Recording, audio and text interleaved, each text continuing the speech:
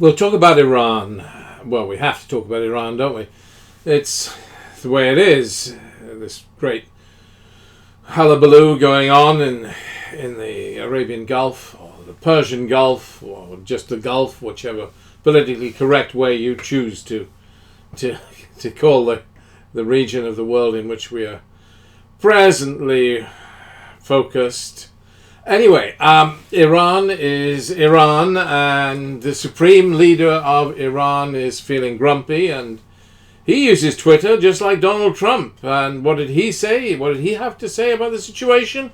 He said, by the grace of God, without negotiations and despite sanctions, we will progress. Well, there you go, you see. Iran, proud, resolute. And what did Donald Trump tweet back? It is too soon to even think about making a deal. They are not ready, and neither are we.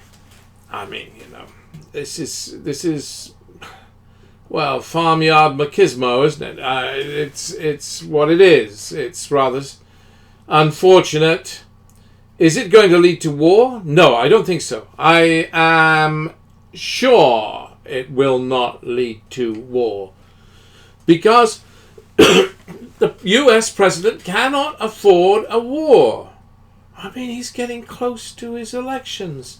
These are tough times for him. He has to think about how he gets a second term. He wants a second term. He's fighting hard for a second term. And the people of the United States of America have seen war in Afghanistan and have seen war in Iraq and know the cost. And they are not ready, in my view, for another war of that caliber. And you know that once you start with a nation like Iran, you are sucked in big time. Because Iran does not stand alone. It has its allies, Hezbollah, and, well, the consequences are the consequences. That's why Israel doesn't war. I mean, want war. People have often suggested, including myself, that this might have been, the incident that led to this might have been a false flag incident. It's possible. It seems less unlikely because you see the pictures of the besieged taking the limpet mine off the tanker. Well, why would they take it off the tanker? I mean, you know all this, but I'm just repeating it, because if the mine was manufactured in Iran, then they would not want it to be seen to be a mine manufactured in Iran. So the unexploded mine they pulled off the tanker. Though it's rather odd, is it not, that another ship was sort of alongside ready to film the, it's all set up beautifully so that the next ship or helicopter or whatever can film the Iranian crew taking the mine off. It's almost, it's beautifully filmed. So it gives you pause for thought, I mean, what's going on here? They're doing this in front of everybody, especially for the cameras. Here, watch me. Anyway, so you could argue that those that want war might have done this. And there are those nations in the Middle East that would like to see a war. Not Israel. Certainly not the Israeli military, at least, because they are very nervous about a war with Iran. But there are elements in the Middle East. I mean, of course, it could be rogue elements of the Israeli military. That's not, but it's difficult for Israel. Could it be other actors in the Middle East who are very anti-Iranian? Yes, of course, it could be.